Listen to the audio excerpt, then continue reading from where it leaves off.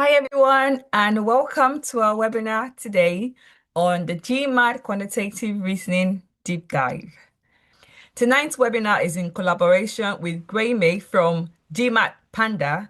I will let our speaker introduce himself shortly, and I would like to say a very big thank you to you for creating the time to share your expertise with us. Thank you very much, first of all, for the opportunity to run this bootcamp. A little bit about myself. I did the full-time MBA at London Business School. I was a student ambassador during my time there, which got me into helping out people on their applications journey, and in particular, helping them out on the GMATs. And I've pretty much been teaching GMAT to some degree since then. So it's been more than 10 years now. I founded a couple of companies. So one was MBA Backstage, which was more focused on applications prep. Now I'm focused on GMAT Panda, which is a GMAT prep organization. I've been a guest author on a couple of posts on MBA.com and GMAT.com, which I will share with you afterwards. A lot of people approach the GMAT, and in particular the GMAT Quant, thinking, well, I'm not somebody who's good with math. And having taught the GMAT now for 10 plus years, as I said, I've met a lot of people who don't consider themselves to be good at math. But actually, in reality, 99% of the kind of calculations that you need to do if you do things properly are actually very simple. And what I mean by simple, it's up to the level of your times table, so 12 times 12 or 13 times 13, which most of you will probably have seen at school. Whether you remember it or not is another question. But it is relatively simple compared to what some people imagine. And actually, there are a lot of people who don't consider themselves to be good at math who do very well in the GMAT Quant section. So what I'd encourage you to think instead, in terms of reframing, a better way to think about this is if it feels a bit too complicated from a calculations point of view or maths point of view, there's another way. Right? And what I typically say is if it takes more than 30 seconds, there's probably a simpler way. And this applies to everybody, even those who don't consider themselves to be good at math. The second one that I hear a lot is, well, I didn't study a STEM degree and therefore I'm at a disadvantage. So a STEM degree, for those who are not familiar, it's a science, technology, engineering, or math degree. But actually, what I found teaching a lot of people is that often those who have studied such a degree tend to overcomplicate things. So rather than looking for simpler ways to break things down, they jump into these complex calculations. And often that is actually a more difficult way of solving the question, and they end up making more mistakes.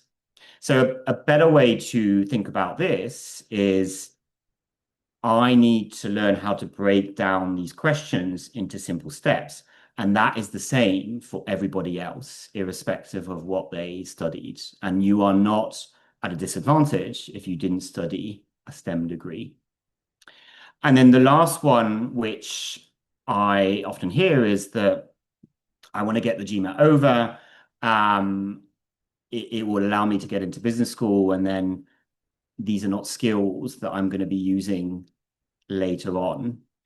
And having done an MBA, done a quite traditional track afterwards of doing a few years in strategy consulting at a Bain spin-off, I can tell you that I used the skills that you use in the GMAT, in particular in GMAT Quant, pretty much every day during my time there. And I use them now as an entrepreneur over the past 5 or 6 years or so since I've been doing that.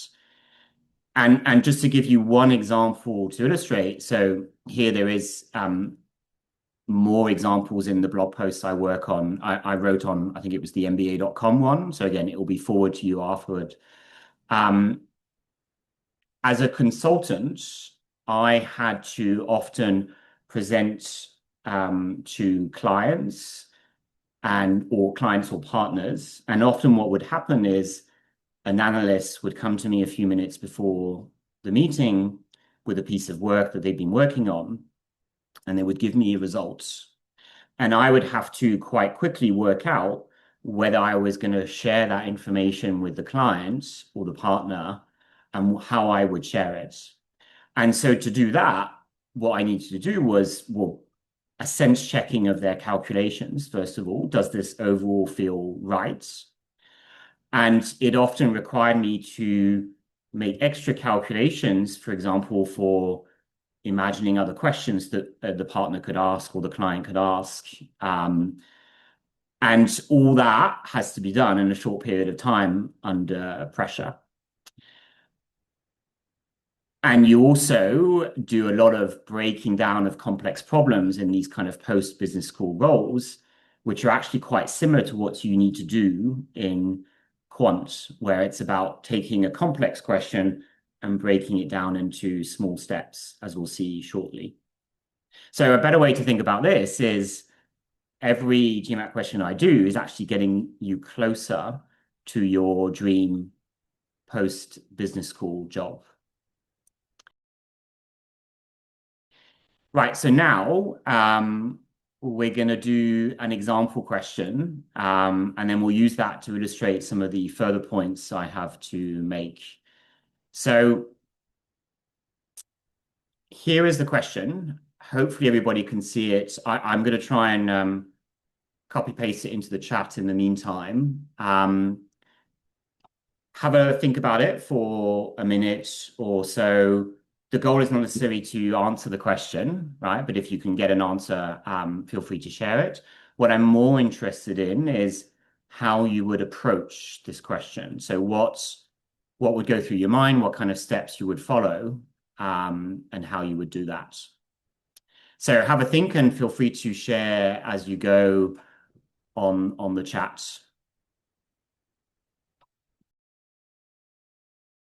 What do we have in terms of a question? First of all, this is what's called a word problem, which is quite a general type of problem that you have in GMAT Quant. Roughly a third of them can be considered word problems. And what you need to do is translate the English that you have into math.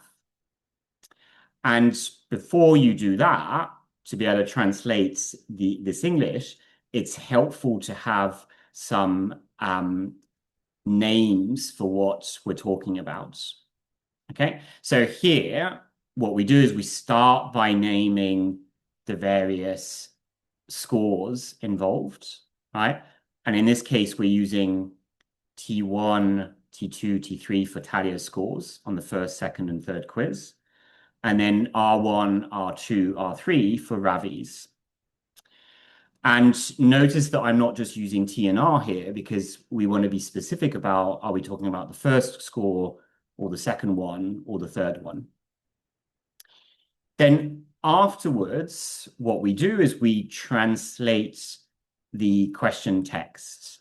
Okay, so the question is on the previous slide, but I've posted it in the chat if you want to have a look at it.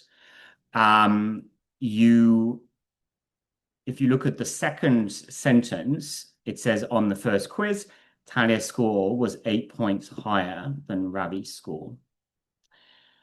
And that we can translate in terms of math as T1 equals R1 plus 8.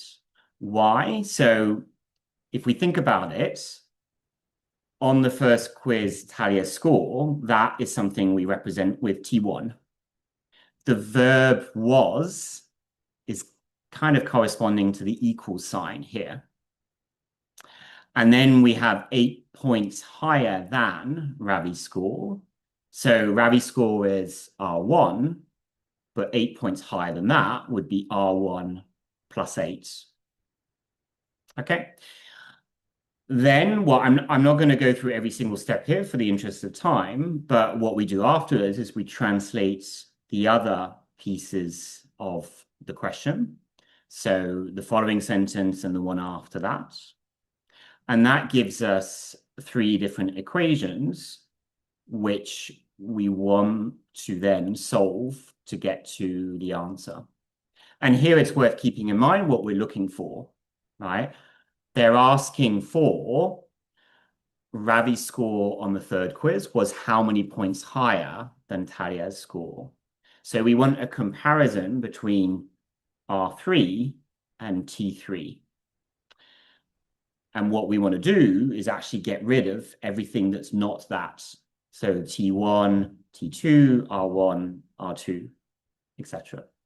And what we use is a technique called substitution to eliminate those other unknowns. And then we simplify what we're left over with to get the final answer, right? And we get R3 is T3 plus 27. And that means that Ravi's score is 27 points higher in T3. And so the answer was E. Congratulations to those who said that. But putting this particular result and question aside, I want you to take a step back here for a second and just to reflect on what we've done. So first of all, we've broken down this question into around 7 or 8 steps, okay?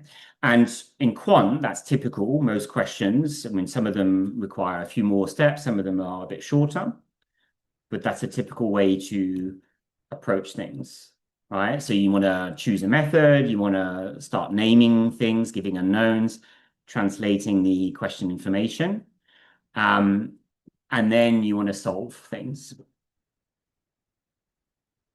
I would encourage you to look at each individual step that we've used here, and I would argue that actually the maths involved is quite simple here, right? Now, obviously, there are more complicated questions, but you can, in pretty much all of them, break them down into simple steps like this. And each step is more like high school or secondary math rather than what you get in a STEM degree. Okay. But one reason why people find the GMAT Quant section a bit challenging is because they start doing questions and they get quite a few of them wrong, right? And that's actually because you need to get all of the steps right to get the right answer, usually. Okay. So what I tend to encourage people to do is to not so much, especially at the beginning, don't focus so much on the percentage of questions you're getting right? But focus on the steps. And there, first of all, you'll find that you're getting a lot of steps right, even when you're getting the question wrong. Okay. But you also want to make sure that your learnings are based on these individual steps. Why? Because the GMAT is a standardized test, just like other standardized tests, where the questions are private, right? You can't know what question you're going to get on the day, and it won't be one you've seen before. However, what I can pretty much guarantee you is that every single of the steps needed to solve those new questions you're going to see, if you've prepared well, you would have seen them in one form or another. So I would encourage you to turn things around. So think about these questions on a step-by-step level, but also think every time I make a mistake on a step, as long as I learn from it, I'm less likely to make that same step on the day of the exam. Okay. The last point I want to make is, if we take the example of the second step, so T1 equals R1 plus 8. Let's say that when you did this question earlier in your mind, or maybe you were taking notes, you made a mistake there, right? Now, writing down on a piece of paper that T1 equals R1 plus 8 is not super helpful in itself, right? because it depends very much on the question and the context. Okay? But what you want to do is you want to spend time comparing that to what's written on the left here, so the actual question text, and draw the parallel a bit like how I did earlier between the words and the equation that you're creating. Right? So I always encourage people to think, like when they're identifying these steps, it's not just every line of calculation is a new step, but also think, okay, why are you doing that? And where does this information come from? And sometimes what's helpful is to compare with other similar questions to see what changes and why. Okay. Now, I like to use a metaphor of cooking when explaining the GMAT Quant to people, which may seem a little bit strange, but bear with me a second, right? So here I'm not talking about Michelin star cooks, right? You don't have to be a Michelin star cook to do to cook something at home and for it to be tasty. Okay. And usually what people do to do that is they follow a step-by-step recipe. Okay. If you follow a recipe and you bake a cake and it turns out nice, but maybe a bit too sweet, well, the answer to that is not to never bake a cake again, right? Or to say, well, I'm a failure as a cook, I should never be doing this, right? But simply next time when you follow that same recipe, you're just going to put a bit less sugar in. Okay, or maybe you're going to check first, did I put what sugar was required?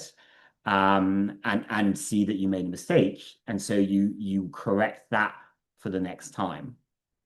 Okay, it's the same in the GMAT where you should not focus on the outcome, especially at the beginning, but focus on the individual steps. When you're cooking, you don't always use the same tips and tricks or theory or whatever we want to call it, or methods in the same way. So if you're using an oven, for example, in some cases you may put it on at 200 degrees for 20 minutes. In other cases, maybe it's 180 degrees for longer, right? But that depends on what you're cooking, right? And what you've done before. You wouldn't necessarily cook chicken the same way as you cook fish, right? And it's the same here when you look at the steps. Don't just look at the steps in itself, but think about the context, think about what happened before, and think about the why involved. And last but not least, those who are the best at home cooking, and again, I'm not talking about Michelin star chefs here, right? But these people, what they can do is they can adapt when they don't have all the ingredients, right? So if you're following a recipe and you realize you don't have some of the spices you need, you can still produce a good dish by adapting what you're doing compared to the recipe, right? And in the GMAT, it's actually the same, right? Because on the day of the exam, you will most likely have some slight difference in terms of step involved or context involved. And those who do well tend to, or don't panic then, but they rely on the steps they've seen in other similar circumstances to know what to do then. One thing that I really want to draw your attention to is the quality of your study matters just as much, if not more, than the quantity, right? So people often think that to do well in the exam, they need to do as many questions as possible and maybe do the hardest ones possible, etc. Right? I would argue that in quant, so a certain amount of quantity helps, right? Because it is a pattern-driven exam, and you want to see these different steps that you can get in different types of question, right? But typically what I see is your score starts to improve after a few hundred questions, as long as you do it with quality, right? So what does that mean? It means, well, using good quality questions for a start, but it's also making sure that you spend the time to debrief the question afterwards. And typically what I recommend is you should spend roughly the same amount of time reviewing a question than doing it. Okay, so you want to go through the answer, and even if you got it right, you can still learn from this process, but look at the solution, look at the different steps involved, and try to think, okay, did I do that? Could I have improved? If you could have improved or you didn't do it right, well, think, why is the solution doing this? What happened before that explains this? Okay. And again, don't just write down what you should have done, but think about the why and the where does this come from? Okay.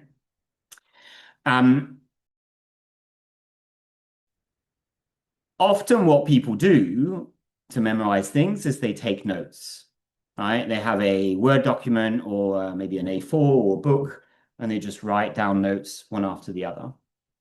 That has been shown to not be the best way to remember things and learn from things, because what happens is that people then just review them, and what they do by reviewing is they read them.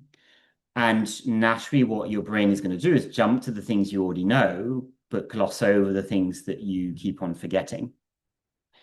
So what I tend to recommend instead is to use flashcards or revision cards, right? And there are two main differences between revision cards and just taking notes. So one big difference of a revision card properly done is that there is a front and there's a back.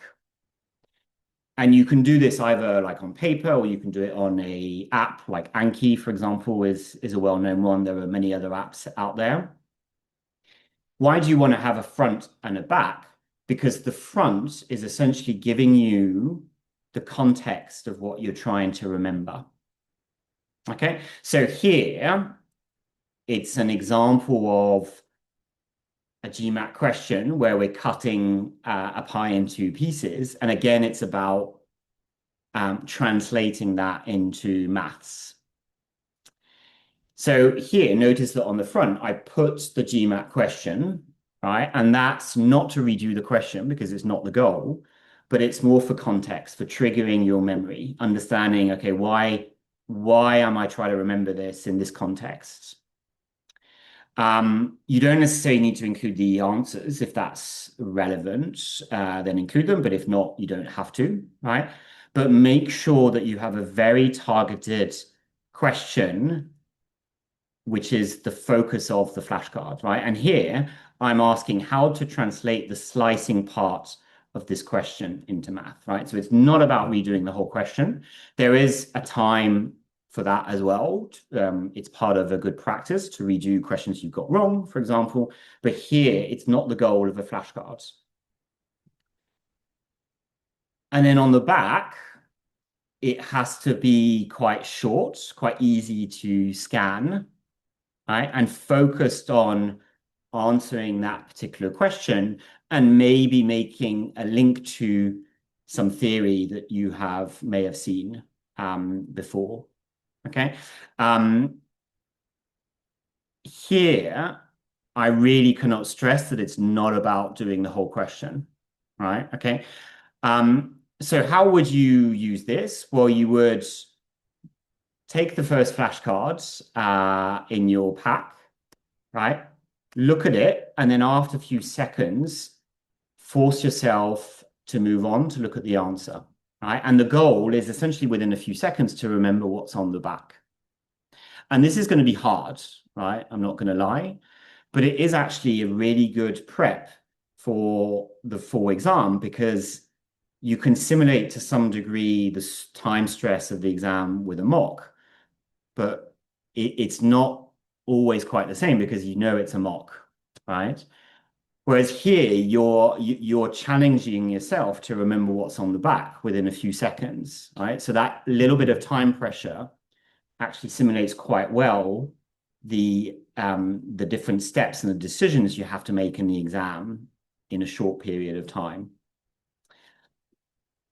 And then the other advantage of a flashcard is that it's separate from all the rest. So now, depending on how well you did, you can put it at the front of your pack if you didn't remember it at all, for example. Or if you remembered it really well, you can put it at the back. Or if it's somewhere in the middle, you can put it somewhere in the middle of your pack. That way you practice inherently more the topics that you're struggling with more than others. You can also make flashcards on mistakes, right? So I'd encourage you, especially if you make a mistake more than twice, a similar type of mistake, make a flashcard out of it, right? Put the question plus what you did on the front and ask yourself, what did I do wrong here, right? This will train you to spot mistakes as you make them and correct yourself. And then when you have something similar in the exam, you'll think, oh, I need to be careful here about that sign problem that I often have. One problem that people have in the GMAT in quant in particular is that they find themselves making silly mistakes under time pressure, right? Or it's not even silly mistakes, it's just calculation mistakes. And here, one trick that I teach people I work with is, well, first of all, to keep in mind that it's perfectly normal to double check, if not triple check, your calculations. Okay. This happens to the people who score very highly in quant and in the GMAT as well, right? I scored 99th percentile 10 years ago. I've been teaching GMAT for the 10 years. I still double check my calculations and sometimes triple check them. And the trick is actually to focus on checking one thing at a time, right? So you can play along here if you want, but if you look at the expression in black, right? Let's say that that's a calculation that we're doing, right? And then on your notes, the next step, you write down the one that's in red. And there are some mistakes in that, actually. And if you want to have a go at trying to look at them, please feel free to play around as we go, right?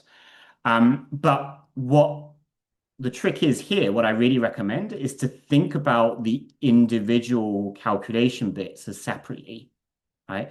So here, for example, we have signs, we have X's, we have Y's, we have numbers.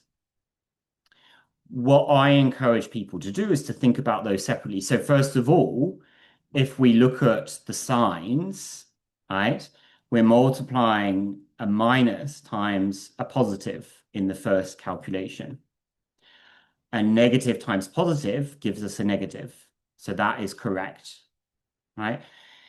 Notice that I don't care about the 2, the 4, the X, the Y's, etc. when I'm doing that, right? When I go from, when I do the next one, I do minus times minus, right? That should be a plus, right? So this minus here is wrong, okay? So that's one of the errors here. Now then afterwards, so I finished the negatives, and then I move on to something else. So I do the numbers, right?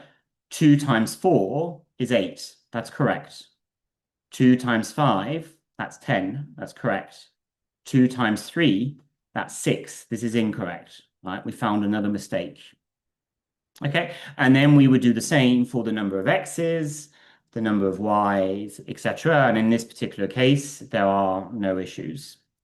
Okay, but if I try to do that all at once, especially under time pressure, there's a very good chance that I would have made a mistake on that, because nowadays, I mean, the human brain is not good at multitasking, right? And especially under time pressure, you really want to keep things as simple as possible. And trust me, even the best scorers need to do this kind of thing to make sure that their accuracy is good enough. And yes, it will slow you down, but you can speed up by other means, first of all, but also, particularly at the beginning, spending a few 30 seconds more to double check things will improve your accuracy a lot, and it is worth the effort compared to spending 2, 3 minutes on a question and just getting it wrong because of a silly mistake. Okay, so I'll now, I think we're moving over to Q&A. If we have a bit of time at the end, Victory, let me know and I'll show a quick slide on GMAT Panda. Otherwise, we'll include it in the email. So I think I saw one question earlier on in terms of the ideal timeline for the prep from Harshad. So here it depends. It depends a lot on your starting points, right? Some people need to refresh more the theory and basics than others. In general, what I tend to recommend is 100 to 300 hours for the whole GMAT. So in quant, that could be a third of that. It could be more if it's a particular weakness. The key thing that I would say, though, is do not spend too much time just on the theory, because as we saw earlier, formulas you may use, they don't actually mean so much without the context around, right? So it's quite different from math that people did at school, where you're learning a method and you have an exam or test that's quite similar to what you did in class. Right? Here, understanding the context and the why behind is more important. So what I tend to say is avoid spending more than a quarter of your time just on the theory, right? You want to really start doing actual GMAT questions, right, sooner rather than later, because then you actually see where that theory is used in practice. And you can always come back afterwards to particular theory points, and then it will be much more useful because you'll see how they use in actual questions. Okay. I think one thing that I would say is you want to aim to do a few hundred questions in quant alone, right? And if you count 2 minutes to do them plus 2 minutes to review them, right, you can do the math, right? So that's 4 minutes per question. Couple of hundred questions is going to be 800 minutes or so. That is something like 13 hours or so, if my GMAT Quant is correct. But that's just for the questions alone, right? You also want to add in the theory. You want to add in some mocks, and 200 questions is a minimum. If you can do 500 because you really want to have a great GMAT score, and you have the time to do so, I would encourage you to aim for that as well. Thank you so much, Graeme. So we have another question on the Q&A box. So please, if you have questions, go ahead to drop it on the chat or in the Q&A box. All right, so the next question is, thank you for the amazing and informative session. I use GMAT Club for drilling down a topic, but it's like I'm going down a rabbit hole. How do I become more precise in selection of the level and sources? Also, is it true that GMAT mock exams are on the easier side as compared to the actual GMAT? So I think I missed one word in what you said, or is this being sent directly to you? Maybe it's not in the It's in the Q&A. I can just type it straight up to you. If you don't mind, it's because I missed the middle bit. Okay. So let me answer the second one because I understood that. So the GMAT mocks are fairly representative to the real exam. They're very some people find them a bit easier, but that's more because of people tend to prepare for the GMAT thinking about the question as a whole in general and not using this step-by-step method that I tend to recommend people to use, right? So if on the day of the exam, since these are new questions, there'll often be a different step that you need to throw in at some point in a question that otherwise may look similar to what you've done, right? Or maybe sometimes it's the start, the initial step that looks different, and therefore you're not quite sure how to start, right? But 99% of the time, it's just that you've seen those steps just in another context. And it's how you've prepared that you haven't actually seen those steps the proper way. That's usually the issue, right? Now, there is one other thing that's worth mentioning is that statistically, the GMAT has to beta test some questions, right? Because they're constantly renewing their library of questions.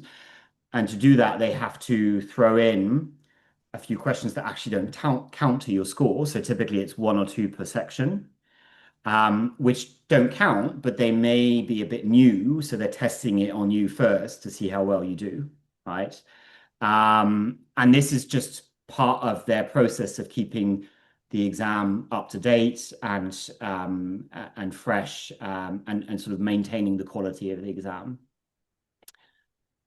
In terms of the first part, so I'll read it now. So I use GMAT Club for drilling down topic, but it's like I'm doing a rabbit hole. How do I become more precise in the selection of the level and sources? Well, I mean, I would say that the easiest thing to do in terms of using questions is to use the official ones from the GMAC, right? So either via MBA.com or the official guides.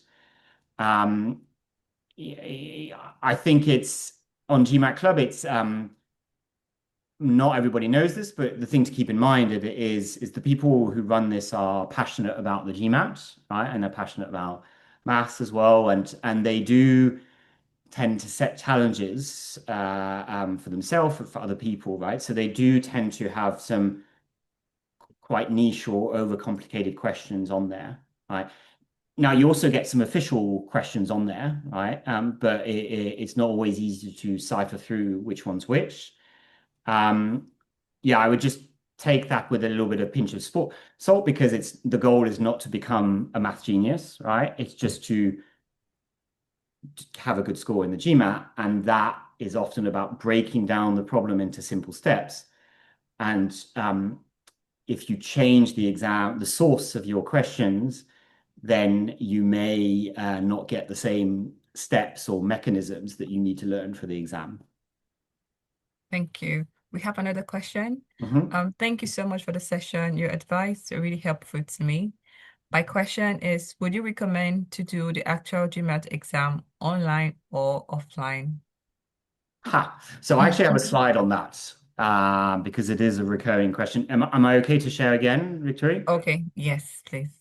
Can I just ask the last question so you could just answer the two of them together?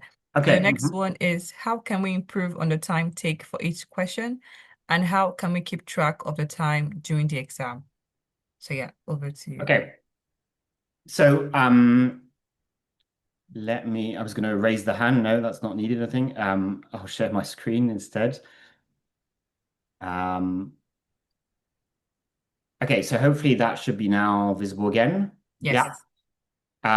So GMAT online versus offline. Okay. Well, I would say that for most people nowadays, online is the preferred way to go, but it's not the case for everybody, right?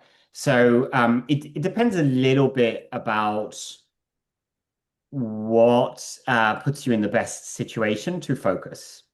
Okay, so online there are some pros. You can do it at home in a familiar setting, right? You can book often quite last minute, right? You can't book it like just the day before, but usually within a few days you can find some slots. Okay. Um, However, there are some issues as that if something goes wrong from a tech or an environment point of view, that's on you, right? So if your Wi-Fi drops out, or if I don't know a noisy flatmate or a family member walks in at the time, that can be disturbing and you can also be accused of well cheating, right? If there's any noise around, because well online obviously the GMAT has to be very careful about maintaining the quality of the exam and make sure that it's fair for everybody, right?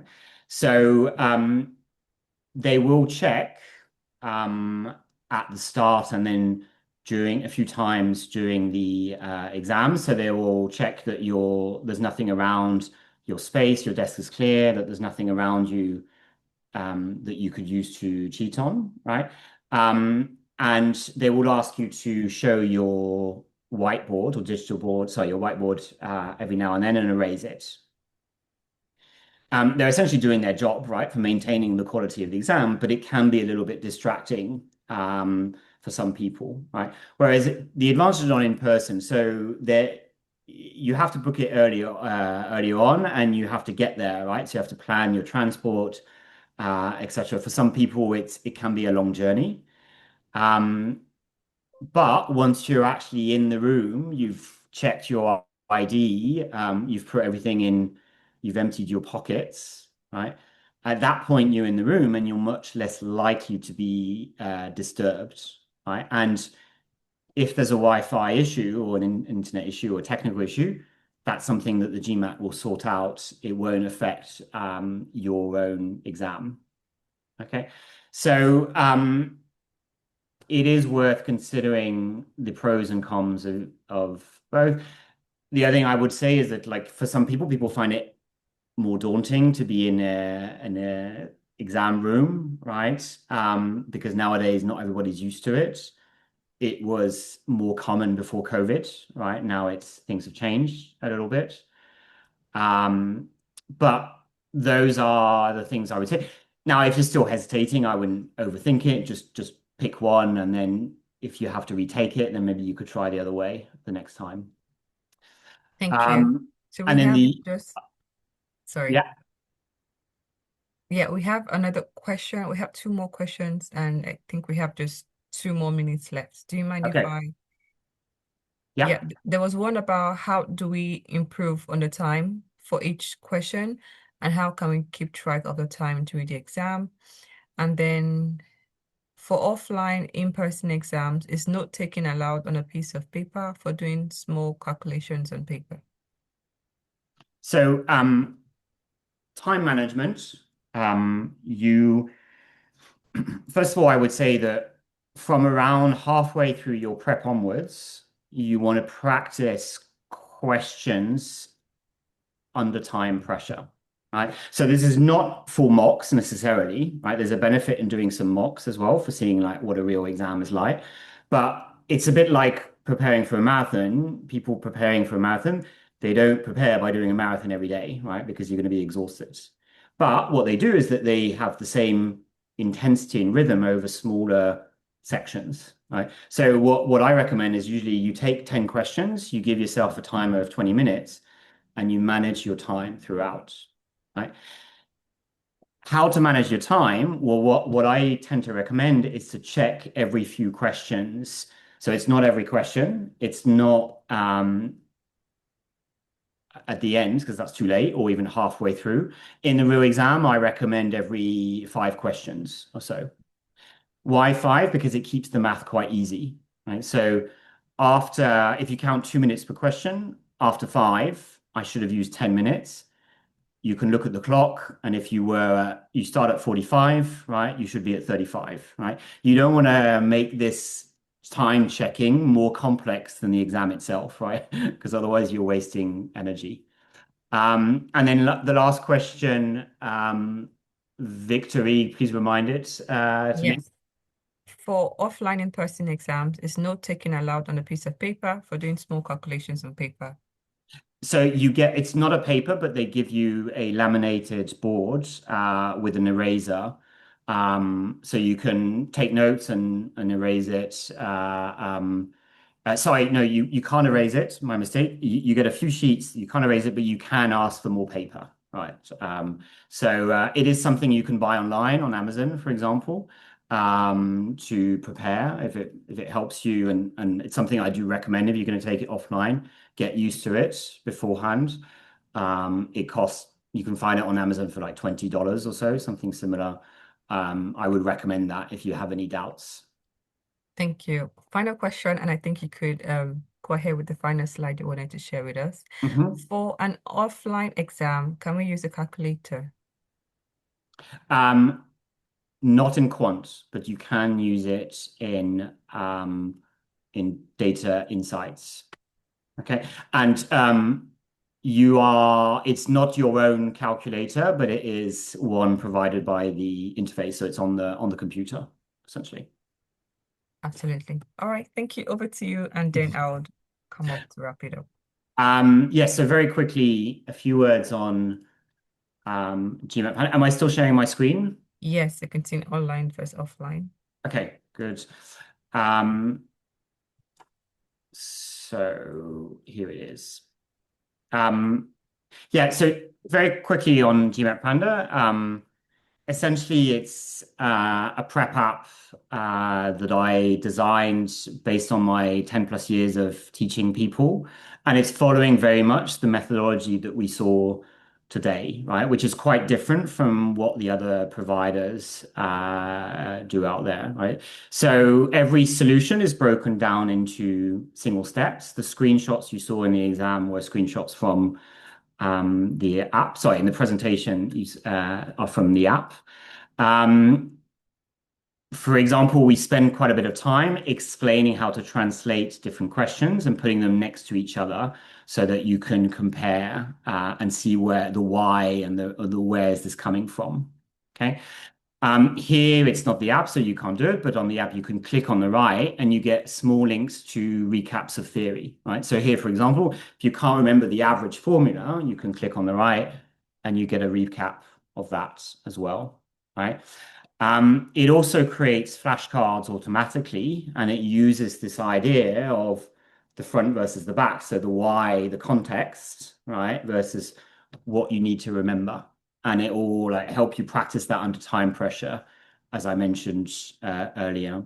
You can also upload your notes, and it'll break down your own work into steps, and it will say which ones you got right and which ones you got wrong. And again, it will create flashcards based on things that you need to improve. Um, and in general, what we can really do, which other providers can't do, is that since we have this granular understanding on a step-by-step level, we can really target your prep so that it's very efficient towards your specific weaknesses, right? So it's not about doing loads and loads of more videos. It's not about doing loads and loads of more questions. Maybe in those questions, you're getting all the steps right except one, right? Well, we make you practice that particular step, not the rest. Okay. And very quickly, there is a 25% discount for anybody who attends this bootcamp. It will be shared in the email afterwards that Victoria will send around. And I will try and find a way of sharing these slides via link. I'll discuss that afterwards. But thank you very much for your time, and feel free to reach out to me. There is in the slide or in the email, there will be my contact details as well shared as well if you have any questions.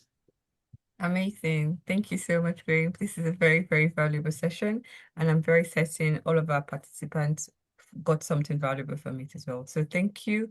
I'm quickly going to take over the screen so I could just share some resources from the GMAT end.